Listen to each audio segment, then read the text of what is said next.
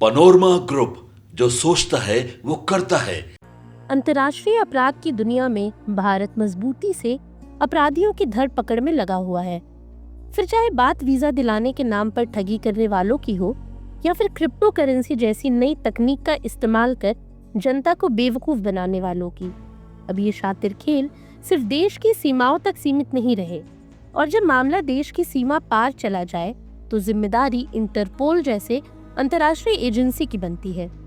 अब हाल ही में 2 ऐसे अपराधियों के खिलाफ इंटरपोल ने सिल्वर नोटिस जारी किया है, जो धोखाधड़ी की दुनिया में लंबी छलांग लगा चुके हैं।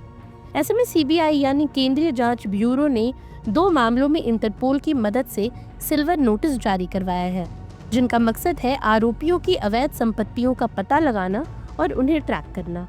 इनमें पहला नाम है शुभम शौकीन का, जो कथित तौर पर लोगों को वीजा दिलाने के नाम पर 15 से 45 लाख रुपए तक की मोटी रिश्वत वसूल चुका है। लोग विदेश जाने के सपने देखते रह गए और शुभम उनके सपनों को रुपयों में तोलता रहा। वहीं दूसरा आरोपी है अमित मदन लाल लखनपाल, जिसने भारत में बिना किसी वैध मान्यता के खुद की डिजिटल करेंसी बना ली और भोली भाली जनता को निवेश के सुनहरे सपने दिखाकर अपनी जेबें भर ली। दोनों आरोपी अब सिर्फ भारतीय जांच एजेंसियों के नहीं, बल्कि वैश्विक स्तर पर इंटरपोल की निगरानी में है। तो चलिए सबसे पहले जानते हैं कि इंटरपोल क्या है और ये काम कैसे करता है। दरअसल इंटरपोल दुनिया का सबसे बड़ा अंतर्राष्ट्रीय पुलिस संगठन है, जिसकी स्थापना 1923 में हुई थी। आज 194 देश इसके सदस्य हैं और इसका मुख्य उद्देश्य है विभिन्न देशों की पुलिस एजेंसियों के बीच सहयोग बढ़ाना और अपराधियों को वैश्विक स्तर पर पकड़ना। इंटरपोल अपराधियों के डेटा का प्रबंधन करने के साथ ही फोरेंसिक जांच, साइबर क्राइम, ड्रग्स, आतंकवाद और आर्थिक अपराधों जैसे मामलों में भी सदस्य देशों की मदद करता है।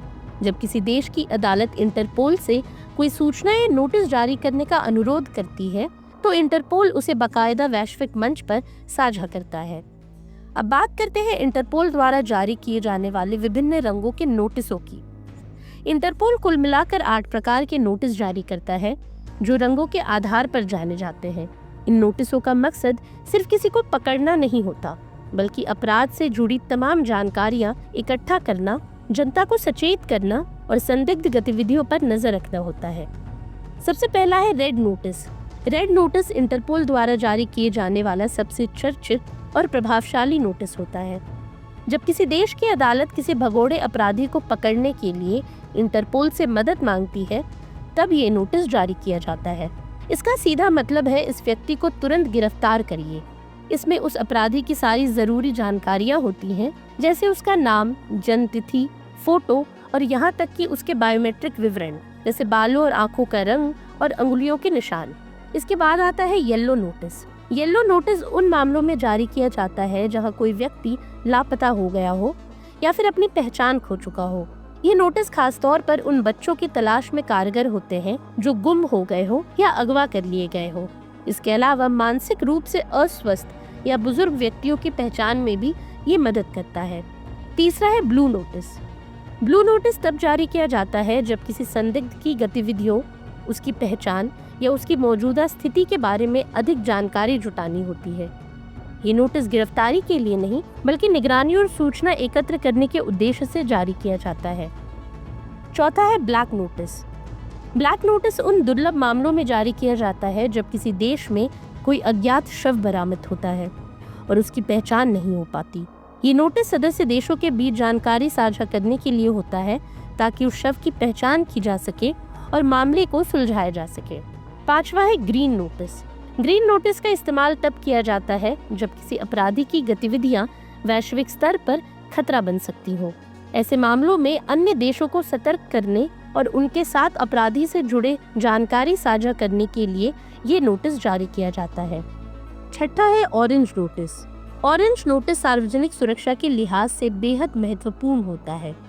जब किसी वस्तु, प्रक्रिया या व्यक्ति से जन सुरक्षा को खतरा हो सकता है, जैसे कोई संदिग्ध पैकेज, जहरीला पदार्थ या आतंकी खतरा, तब ये चेतावनी स्वरूप जारी किया जाता है।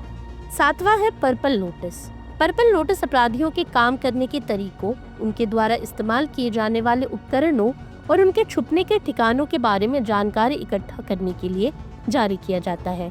ये नोटिस विभिन्न देशों को अपराधियों की कार्यशैली समझने में मदद करता है, जिससे ऐसे अपराधों की रोकथाम हो सके। अब बात करते हैं सिल्वर नोटिस की, जो अपेक्षाकृत नया और सीमित रूप से प्रयोग किया जाने वाला नोटिस है।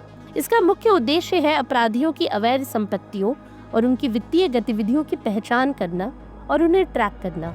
ये नोटिस उन मामलों में बेहद उपयोगी साबित होता है जहां आर्थिक धोखाधड़ी या मनी लॉन्ड्रिंग जैसे जटिल अपराध शामिल हो। अब गौरतलब है कि जैसे जैसे अपराध तकनीक और चालाकी के साथ आगे बढ़ते हैं, वैसे वैसे जांच एजेंसियां भी उन्हें पकड़ने के लिए नए रास्ते खोजती है। इंटरपोल का ये नोटिस सिस्टम उसी दिशा में एक बड़ा हथियार है। शुभम शौकीन और अमित मदनलाल लखनपाल जैसे आरोपी ये समझ चुके होंगे कि चाहे दुनिया के किसी भी कोने में वे छिप जाएं, अब सिर्फ भारतीय कानून ही नहीं बल्कि इंटरपोल भी उनके पीछे है।